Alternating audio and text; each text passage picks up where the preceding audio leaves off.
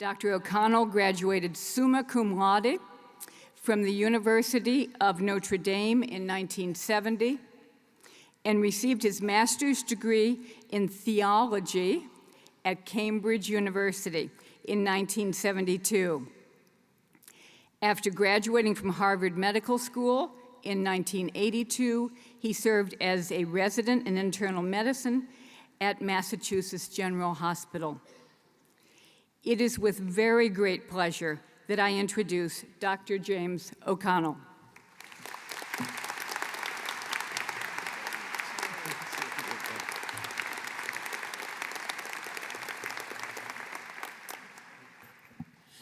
Dean Morgan and distinguished faculty, students, graduates, families. I am beyond honored to be here and wish to spend the time celebrating with you.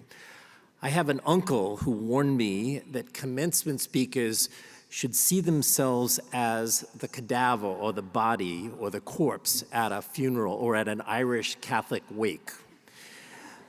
When I asked them, they said, look, they need you to have the party, but nobody expects you to say a word. So I did look up some short commencement speeches on your behalf because I didn't want to keep you too long. And I found a few. One of the more remarkable ones was by Albert Einstein, who I'm sure everyone was anxious to hear, and he was not usually very pithy. But he stood up at a graduation speak and said, I do not have any particular thoughts to express today, and I wish you all the best. He sat down to a thunderous applause. Okay. I may risk a little bit here and beg your indulgence for about 10 minutes in this sort of momentous occasion of your graduation from actually this remarkable Sargent College of Health and Rehabilitation Sciences at BU. You have been the heroes to many of us around town for many, many years.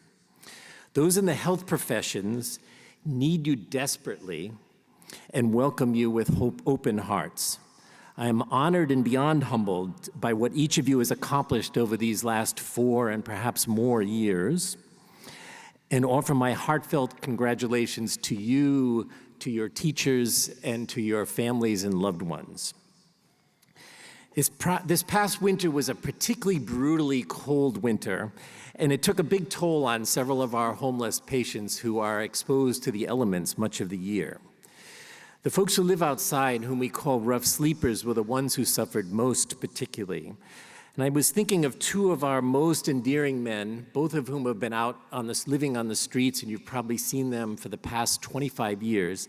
And both suffered severe frostbite this year and lost lower limbs because of the frostbite. But what was remarkable for me is during their rehabilitation, I got to watch the physical therapists, the occupational therapists, and the speech and language pathologists work really carefully with these folks over weeks and months to restore to them their function, really their lives, and laughter to their world. So what you do, what we all do in the health professions, I cannot emphasize to you how valuable that is and how we who work in that field need you as teammates. Let me share some of the serendipity, if I may, that has been so poignant in my own life. As mentioned by the dean, I did study philosophy and theology in college in the 60s, which was a very poignant time, and then fled to England for a couple of years to study philosophy and theology in the early 70s. And now you might imagine with those 2 degrees, I was uniquely qualified to drive a cab, to tend bar, both of which I did, but frankly, not much else. So I thought that I would spend the next years searching. And my mother doesn't let me speak much about this, but I can tell you. So I taught high school for a couple years in Hawaii, which was magnificent. I ran a restaurant in my hometown of Newport, Rhode Island for a year or so. For those of you, all right, okay. I got together with some of my old friends, and yes, indeed, I guess we were hippies, but I don't like to admit that now. And we bought an old barn near Smuggler's Notch in Vermont and skied and just lived with friends for a year. And then I decided to go to graduate school to study political philosophy at the New School for Social Research in New York City, where I studied under Hannah Arendt, who was my hero at the time. But typical of my life pattern at that time, Hannah got sick and was dead about 3 months after I started, and so I started searching again and found myself somehow, and to this day I'm not really sure how, in medical school in my early 30s. So I thought my role today would be to impart some advice after that journey to you, and I think your role is to be exquisitely skeptical of anything I say. But I'm going to try anyway. First, never play it safe. Life happens while we carefully plan our futures. And I've been musing a bit about how that phrase, executing a plan, has many meanings. After medical school, I trained at MGH, decided to pursue a fellowship in oncology, which was my love in medicine. And I also had dreams of doing international healthcare. But a few months before I finished my residency, I was called in by my chief of medicine, which is never a good sign, who asked me if I would consider being the full-time doctor for a brand new program that the city of Boston had to try to care for homeless people. Now, those of you who go on into medicine, you will know that when your chief of medicine calls you in, all questions are rhetorical, okay? So the answer was, of course, I would love to do that. And I sort of solved my conscience a bit by thinking I would do this for a very brief period, maybe for a year, and look at it as a year of urban Peace Corps. But I never intended to get into this work, and that's now 29, almost 30 years ago. Second, never lose your sense of wonder. Wonder transforms routine, and in your training ahead, you must remember that what becomes routine for you is often a singular and terrifying ordeal for those you are caring for. Ralph Waldo Emerson once asked, what would happen if the stars only came out once every 1,000 years? We would all gather on that night and we would be dazzled by the wonder and splendor of the universe. But the fact is the stars come out every night and we barely have time in our busy lives to even look up and notice.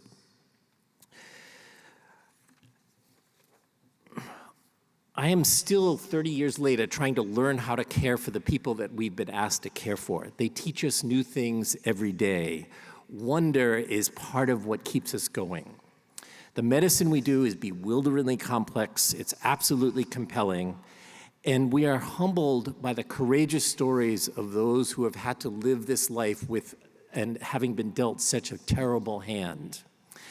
I urge you, as you look at around you, to look for those poor and impoverished populations whose choices have been seriously limited by where they grew up, how they grew up, and try your best to see how you can help minimize their suffering. They desperately need you, as do vulnerable populations throughout the country and throughout the world. Third, I'd urge you to defy convention. Be irreverent, but always diplomatic. Okay. Stand for something bigger than yourself. Lily Tomlin says it best. The trouble with the rat race is that even if you win, you're still a rat. In medical school, my friend Paul Farmer was convinced that the true frontier was in the inner city of our major urban complexes. I was back then in medical school intent on doing something in the third world, something that would change the world.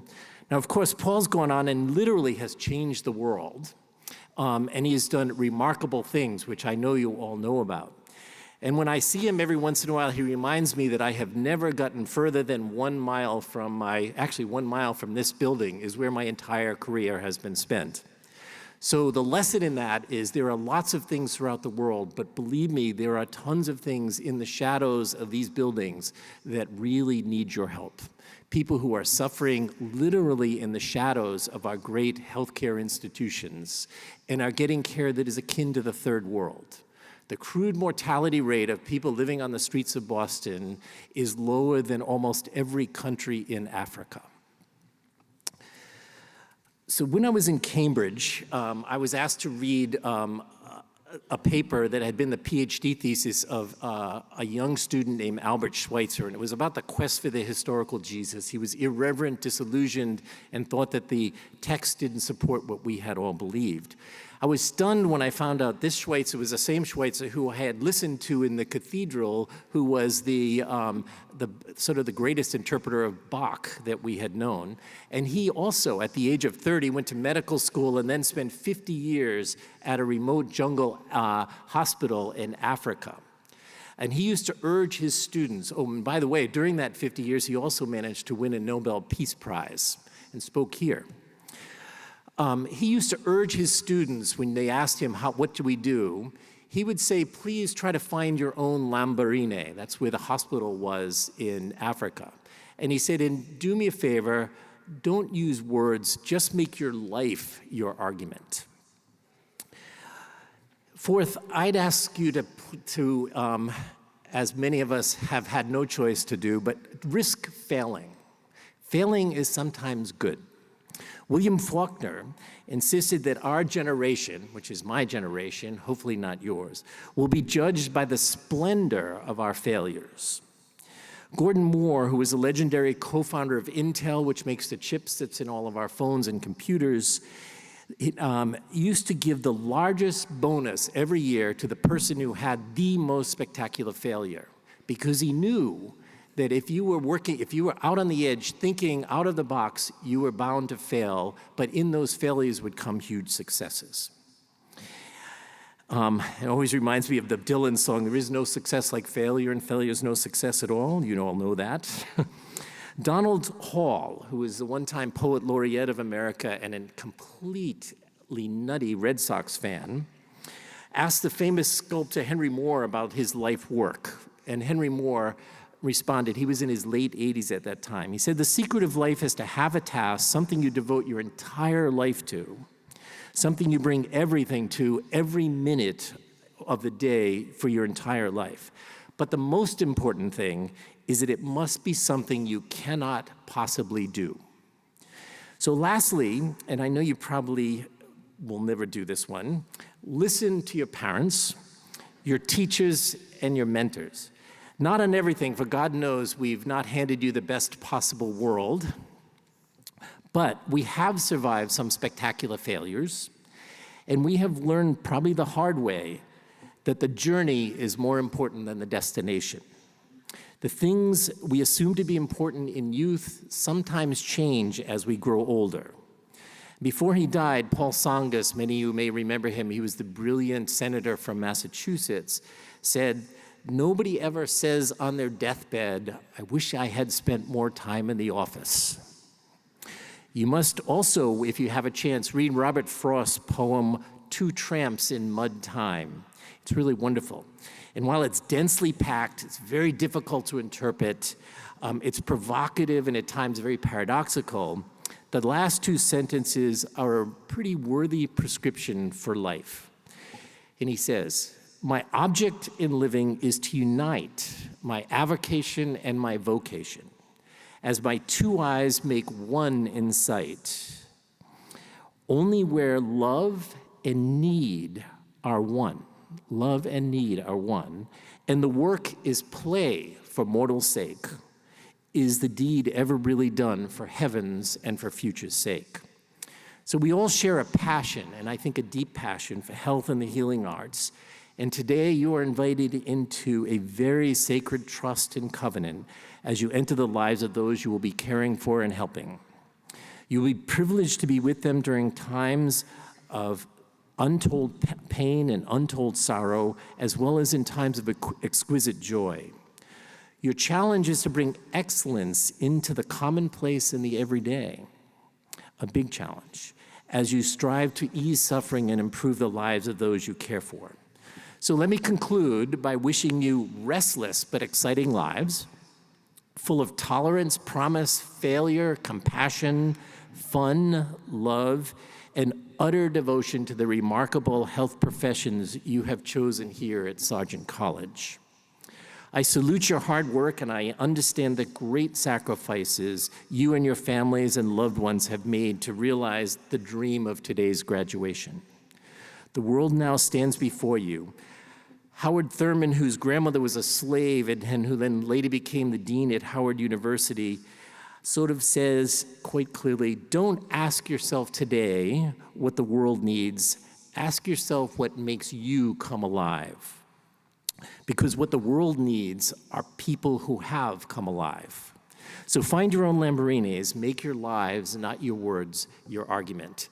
And I can't tell you, I am very proud to be here today and salute you and congratulate you. And thank you for everything.